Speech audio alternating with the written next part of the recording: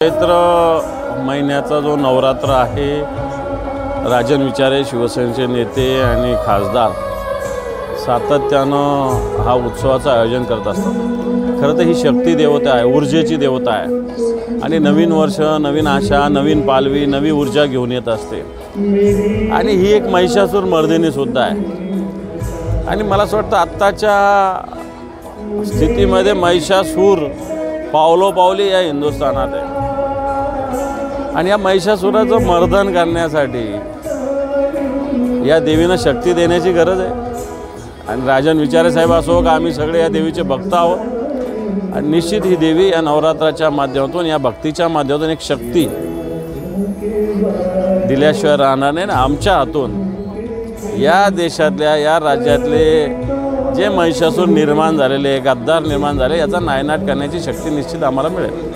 मी महिषासूर याच्यासाठीच महिषासुराचं मैदान आहे, निवडणुकीतच महिषासूर आहेत ना। काही निवडणूक लढत असताना खोटं बोलतात, बेरोजगारीवर बोलत नाही, त्याच्यानंतर महागाईवर बोलत नाही, फक्त लोकांना धर्म, जात, मटण खाणं न खाणं असं तसे रिकामे विषय आहेत। याच्यावर बोलण्यापेक्षा विकासावर बोललं पाहिजे, विकासावर आलं पाहिजे आणि जे ज्यांना या विकासाची घेणं हे महिषासूरच आहे ना आधुनिक काळातले।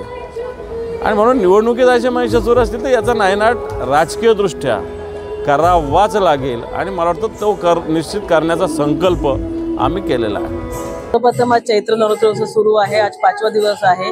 सर्व नागरिकांना खूप खूप नवरात्रीची हार्दिक शुभेच्छा। आणि खासदार राजन विचारे साहेब दरवर्षी नवरात्री उत्सव खूप उत्साहाने साजरा करतात आणि दरवर्षी आम्ही सर्व सहकुटुंब ते दर्शन घेण्यासाठी हजर असतो। आणि खरोखर खासदार साहेब म्हणजे आम्हाला ते खासदार वाटत नाही, आमचे परिवारातले वाटतात। ते सर्वसामान्य नागरिकांना एकदम म्हणजे जवळ घेऊन खूप चांगल्या प्रकारे ते काम करतायत। आणि आता येणाऱ्या 20 तारखेला निवडणूक आहे।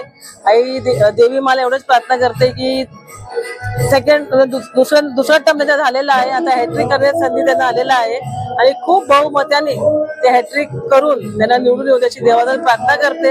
आणि जे आपले लोकशाहीला धोका निर्माण झालेला आहे ते लोकशाहीचं संरक्षण करून जिकडे जिकडे आपले महाविकास आघाडीचे सर्व उमेदवार आहे ते खूप खूप चांगल्या मताने निवडून येऊ दे अशी देवी मला प्रार्थना करते। आणि सर्व नागरिकांना सुख, समृद्धी, ऐश्वर आणि उत्तम आरोग्य लाभो अशी देवीजवळ प्रार्थना करते। धन्यवाद।